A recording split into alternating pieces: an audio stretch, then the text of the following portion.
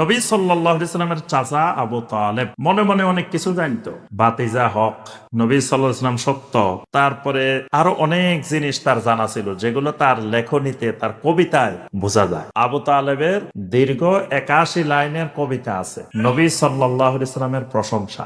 ওই ৮১ লাইন কবিতা পড়লে দেখবেন আপনার কাছে মনে হবে এই কবিতা যে লিখছে তার থেকে মনে হয় পাক্কা মুসলমান দুনিয়াতে আর নাই। মানে নবী সাল্লাল্লাহু আলাইহি সাল্লামের এত প্রশংসা করছে আবু তালেব, তাহলে বোঝা গেল প্রশংসা এগুলো তো এমনি এমনি আসে নাই, সে জানে নবী সাল্লাল্লাহু আলাইহি সাল্লাম সম্পর্কে সব। কিন্তু যখন নবী সাল্লাল্লাহু আলাইহি সাল্লাম বললেন ইয়া আম্মি কুল লা ইলাহা ইল্লাল্লাহ, চাচা আপনি লা ইলাহা ইল্লাল্লাহর ঘোষণা দেন, শাহাদা দেন, দুনিয়াবাসীর সামনে ঘোষণা দিয়ে যান। তাহলে যদি ঘোষণা দেন উহাজ্জু লাকা বিহা ইনদাল্লাহি ইয়াউমাল কিয়ামাহ, কিয়ামতের দিন আমি আপনার জন্য আল্লাহ সুবহানাহু ওয়া তাআলার কাছে এই কালেমাটাকে দলিল হিসাবে, হুজ্জাত হিসাবে পেশ করব। কিন্তু চাচা শেষ পর্যন্ত বলল আনা আলা মিল্লাতে আব্দুল মুত্তালিব, ভাতিজা সব ঠিক আছে, সব ভালো, কিন্তু আমি আমার বাপ দাদা ছাড়তে পারবো না। আমার বাপ আব্দুল মুত্তালিব যে দিকে গেছে আমিও সেই দিকে আছি।